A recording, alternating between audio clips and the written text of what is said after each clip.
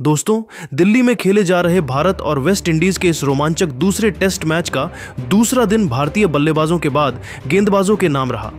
पहले दिन जायसवाल ने कैरेबियाई टीम को बुरी तरह धोकर 173 रन ठोके थे और अब दूसरे दिन शुभमन गिल ने 129 रन ठोक भारत को और मजबूत बनाया। साथ ही भारत ने अपनी पारी 518 रनों के विशाल स्कोर पर घोषित करी और अंत में रविंद्र जडेजा और कुलदीप यादव ने अपनी फिरकी में वेस्टइंडीज के बल्लेबाजों को फंसाया और लगातार विकेट चटकाकर उन्हें दबाव में ला दिया।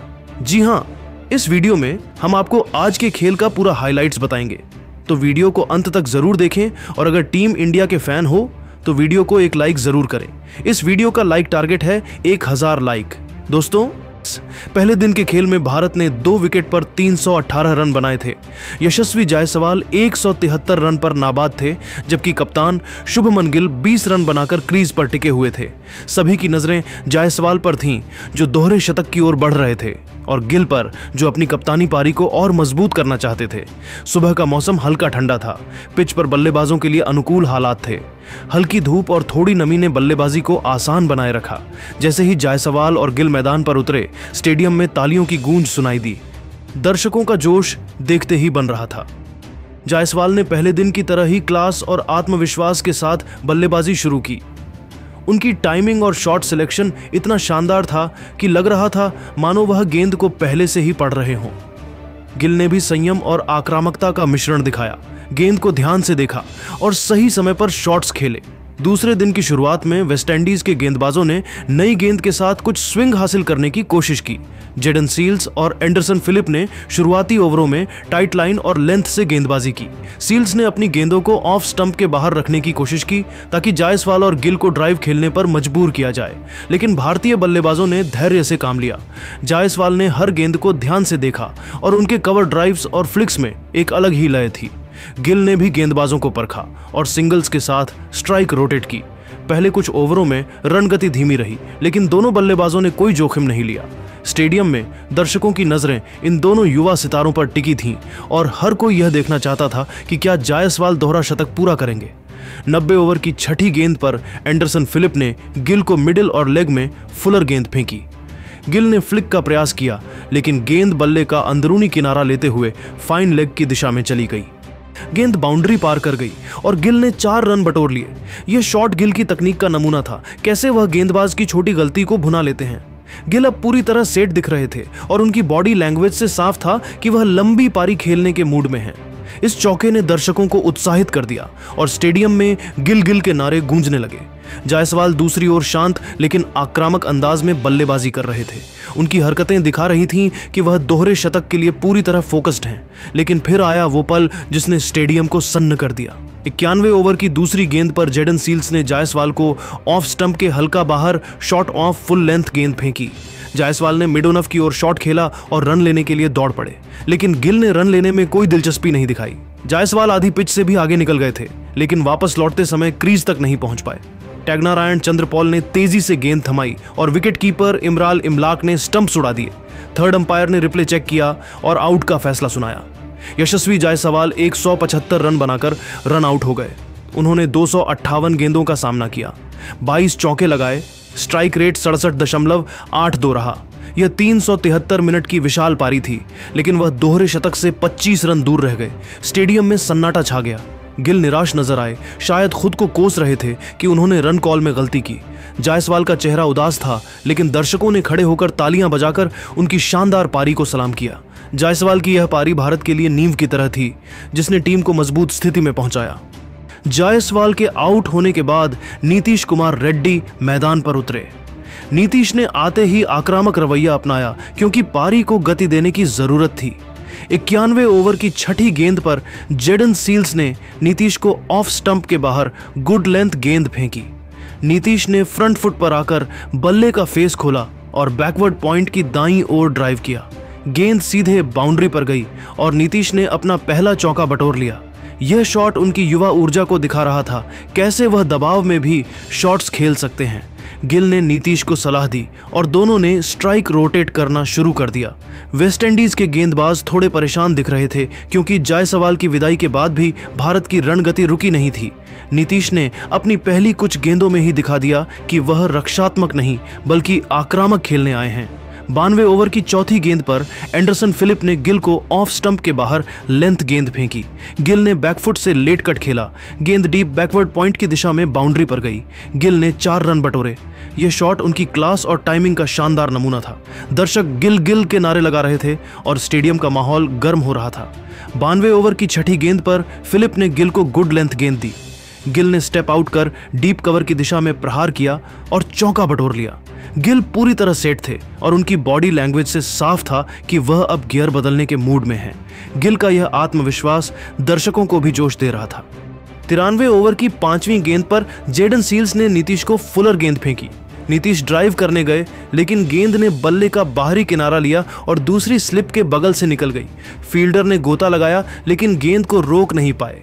नीतीश को चौका मिला और वह 10 रन पर पहुंचे। 9 गेंदों में 2 चौके। नीतीश की यह आक्रामकता वेस्टइंडीज को दबाव में ला रही थी। उनकी यह पारी दिखा रही थी कि वह टेस्ट क्रिकेट में भी अपनी T20 स्टाइल की आक्रामकता ला सकते हैं। 94 ओवर की छठी गेंद पर एंडरसन फिलिप ने गिल को मिडिल और लेग में गुड लेंथ गेंद फेंकी। गिल ने मिड विकेट की बाईं ओर खेला। फील्डर ने गोता लगाया लेकिन गेंद बाउंड्री पर चली गई। गिल की बॉडी लैंग्वेज आत्मविश्वास से भरी थी और वह हर गेंद को ध्यान से खेल रहे थे।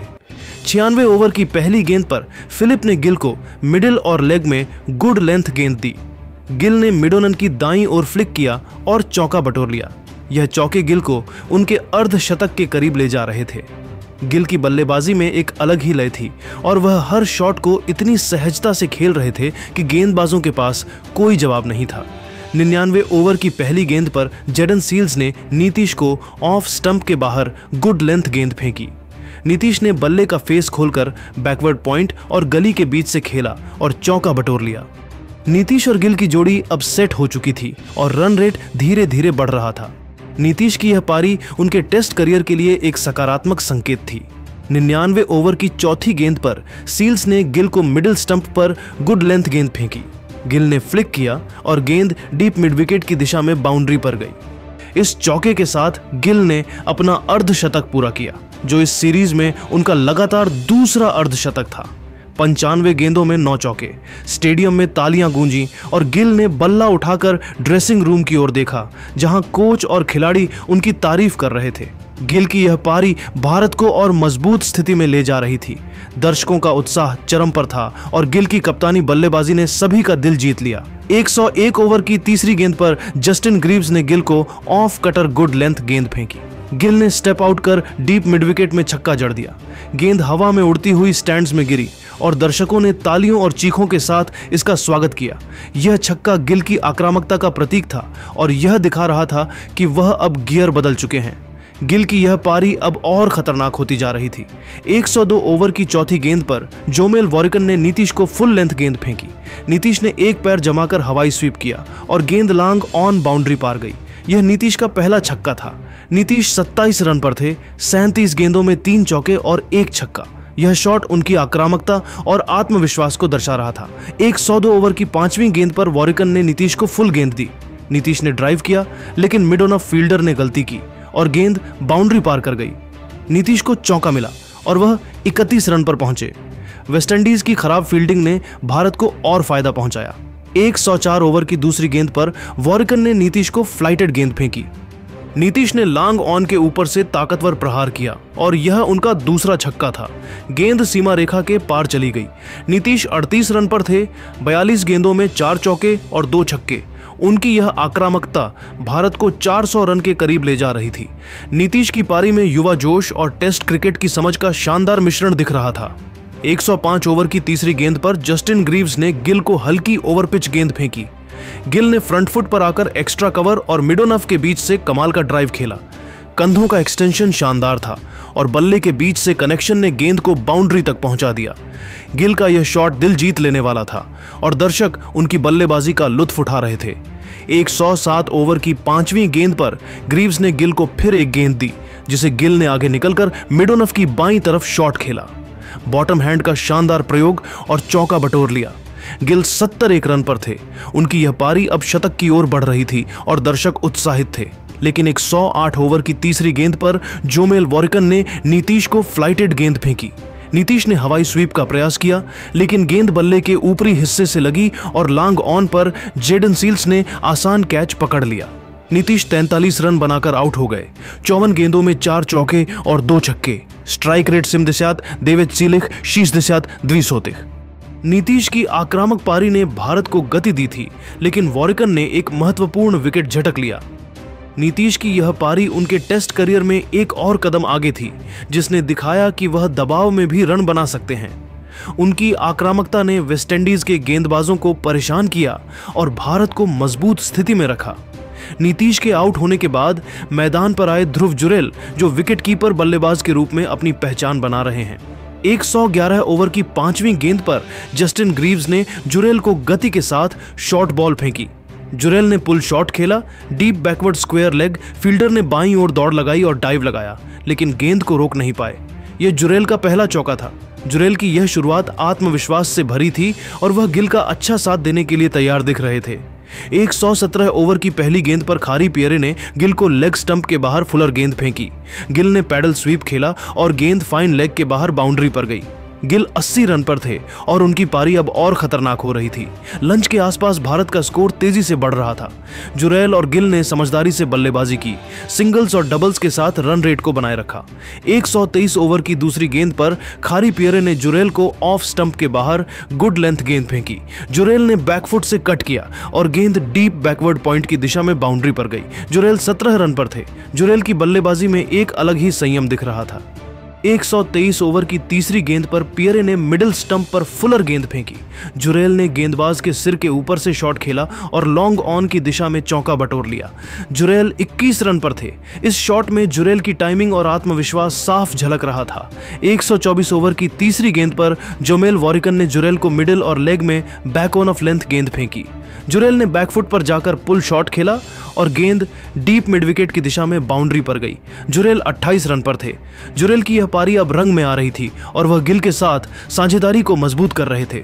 125 ओवर की तीसरी गेंद पर खारी पियरे ने जुरेल को मिडिल स्टंप पर बैक ऑन ऑफ लेंथ गेंद फेंकी। जुरेल ने बैकफुट से पुल किया और गेंद मिड विकेट की दाईं ओर बाउंड्री पर गई। जुरेल 33 रन पर थे। जुरेल और गिल की जोड़ी ने वेस्टइंडीज के गेंदबाजों को परेशान कर रखा था और भारत का स्कोर तेजी से बढ़ रहा था। 126 ओवर की पहली गेंद पर रोस्टन चेज ने गिल को लेग स्टंप के बाहर लेंथ गेंद फेंकी। गिल ने पुल शॉट खेला और गेंद फाइन लेग की दिशा में बाउंड्री पर गई। गिल 91 रन पर थे। गिल अब अपने शतक के करीब पहुंच रहे थे और दर्शक उत्साहित थे। 130 ओवर की 5वीं गेंद पर चेज ने गिल को स्टेप आउट करने का मौका दिया। गिल ने डीप मिड विकेट में छक्का जड़ दिया। इस छक्के के साथ गिल ने अपना शतक पूरा किया। 181 गेंदों में 13 चौके और 2 छक्के। स्टेडियम में तालियां गूंजी और गिल ने बल्ला उठाकर दर्शकों का अभिवादन किया। यह उनका टेस्ट करियर का एक और शानदार शतक था और कप्तानी की मिसाल थी। गिल की यह पारी भारत को 500 रन के करीब ले जा रही थी। 131 ओवर की पहली गेंद पर खारी पियरे ने गिल को ऑफ स्टंप के बाहर गुड लेंथ गेंद फेंकी। गिल ने बैकफुट से कट किया और डीप पॉइंट की दिशा में चौका बटोर लिया। गिल की यह बल्लेबाजी अब पूरी तरह रंग में थी। 131 ओवर की तीसरी गेंद पर पियरे ने फिर ऑफ स्टंप के बाहर गुड लेंथ गेंद फेंकी। गिल ने स्लॉग करने का प्रयास किया, लेकिन गेंद ने बल्ले का बाहरी किनारा लिया और स्लिप के ऊपर से डीप मिड विकेट की दिशा में चली गई। चौका मिला। 131 ओवर की 5वीं गेंद पर पियरे ने ऑफ स्टंप के बाहर लेंथ गेंद फेंकी। गिल ने कट किया। डीप कवर फील्डर ने दौड़ लगाई और गोता लगाया, लेकिन गेंद बाउंड्री पार कर गई। गिल 129 रन पर थे और उनकी बल्लेबाजी ने वेस्टइंडीज के गेंदबाजों को पूरी तरह बेकार कर दिया था। पारी अब अपने अंतिम पड़ाव पर थी। 134 ओवर की दूसरी गेंद पर रोस्टन चेज ने जुरेल को मिडिल स्टंप की लेंथ गेंद फेंकी। जुरेल ने पुल करने का प्रयास किया, लेकिन गेंद को मिस कर गए। गेंद नीची रही, पैड पर लगी और स्टंप से जा टकराई। जुरेल बोल्ड हो गए। 69 गेंदों में 44 रन, 5 चौके। इसी के साथ भारत ने 5 विकेट पर 518 रन बनाकर पारी घोषित कर दी। रोस्टन चेज को 17.2 ओवर में 83 रन देकर एक विकेट मिला। गिल 129 रन पर नाबाद लौटे। 187 गेंदों में 16 चौके और 2 छक्के। 1:09 पर स्कोर बोर्ड पर 518 रनों का पहाड़ खड़ा था। वही दोस्तों, भारत ने पारी घोषित करने के बाद गेंदबाजी से भी दबदबा दिखाया। वेस्टइंडीज की पारी की शुरुआत जॉन कैंपबेल और टैगनारायण चंद्रपॉल ने की। भारत की ओर से जसप्रीत बुमराह और मोहम्मद सिराज ने शुरुआती गेंदबाजी की। पिच पर हल्की स्विंग थी और दोनों गेंदबाजों ने टाइट लाइन और लेंथ से शुरुआत की। कैंपबेल और चंद्रपॉल ने पहले कुछ ओवरों में सावधानी बरती, गेंद को ध्यान से खेला और सिंगल्स लेकर स्कोरबोर्ड को टिकाया। तीसरे ओवर की 5वीं गेंद पर सिराज ने कैंपबेल को ओवर पिच गेंद फेंकी। कैंपबेल ने फ्रंट फुट पर आकर कवर और मिड ऑफ के बीच से शानदार ड्राइव लगाया। गेंद की टाइमिंग इतनी शानदार थी कि वह सीधे बाउंड्री पर जा लगी। कैंपबेल का यह चौका वेस्टइंडीज के लिए आत्मविश्वास बढ़ाने वाला था, लेकिन बुमराह ने भी हार नहीं मानी। 5वें ओवर की 5वीं गेंद पर उन्होंने चंद्रपॉल को फुलर लेंथ की गेंद फेंकी जो बाहर की ओर निकली। चंद्रपॉल ने रोकने की कोशिश की, लेकिन गेंद ने बल्ले का किनारा लिया और गलीव तीसरे स्लिप के बीच से निकलकर चौके के लिए चली गई। चंद्रपॉल की टाइमिंग ने दर्शकों को प्रभावित किया और यह शॉट उनके इरादे को दर्शा रहा था। 7वें ओवर की 6ठी गेंद पर बुमराह ने चंद्रपॉल को मिडिल लेग पर फुल गेंद फेंकी। चंद्रपॉल ने कलाइयों का कमाल दिखाते हुए स्क्वायर लेग की दिशा में शॉट खेला। गेंद बाउंड्री पर जा लगी और चंद्रपॉल ने अपनी लय बनाए रखी, लेकिन 7वें ओवर में खेल का रुख पलट गया। रविंद्र जडेजा गेंदबाजी के लिए आए और उन्होंने आते ही कमाल दिखाया।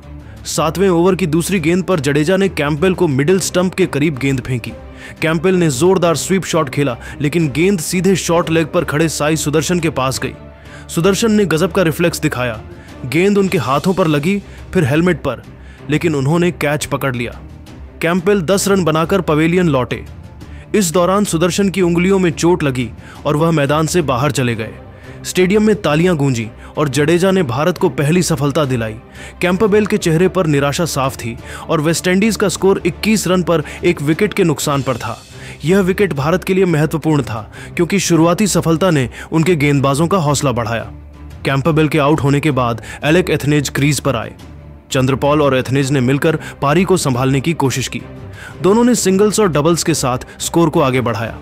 14वें ओवर की दूसरी गेंद पर कुलदीप यादव ने एथनेज को ऑफ स्टंप के बाहर शॉर्ट ऑफ लेंथ गेंद फेंकी। एथनेज ने बैकफुट पर जाकर कट शॉट। 14वें ओवर की चौथी गेंद पर कुलदीप ने मिडिल स्टंप पर शॉर्ट ऑफ फुलर गेंद फेंकी। एथनेज ने हवा में शॉट खेला और गेंद लॉन्ग ऑन की दिशा में छक्के के लिए उड़ गई। यह शॉट एथनेज के आक्रामक इरादों को दिखा रहा था। 22वें ओवर की पहली गेंद पर कुलदीप ने फिर एथनेज को लेग स्टंप पर फुलर गेंद फेंकी। एथनेज ने स्वीप शॉट खेला और गेंद डीप स्क्वायर लेग की दिशा में चौके के लिए गई। एथनेज की यह पारी अब लय पकड़ रही थी। 22वें ओवर की चौथी गेंद पर कुलदीप ने मिडिल स्टंप पर फुलर गेंद डाली। एथनेज ने रिवर्स स्वीप का कमाल दिखाया और गेंद थर्ड मैन की दिशा में बाउंड्री पर गई। इस चौके के साथ चंद्रपॉल और एथनेज के बीच अर्धशतकीय साझेदारी पूरी हुई।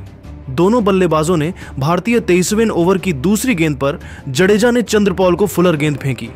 चंद्रपॉल ने कदमों का इस्तेमाल किया और मिडोनन के ऊपर से शानदार शॉट खेला।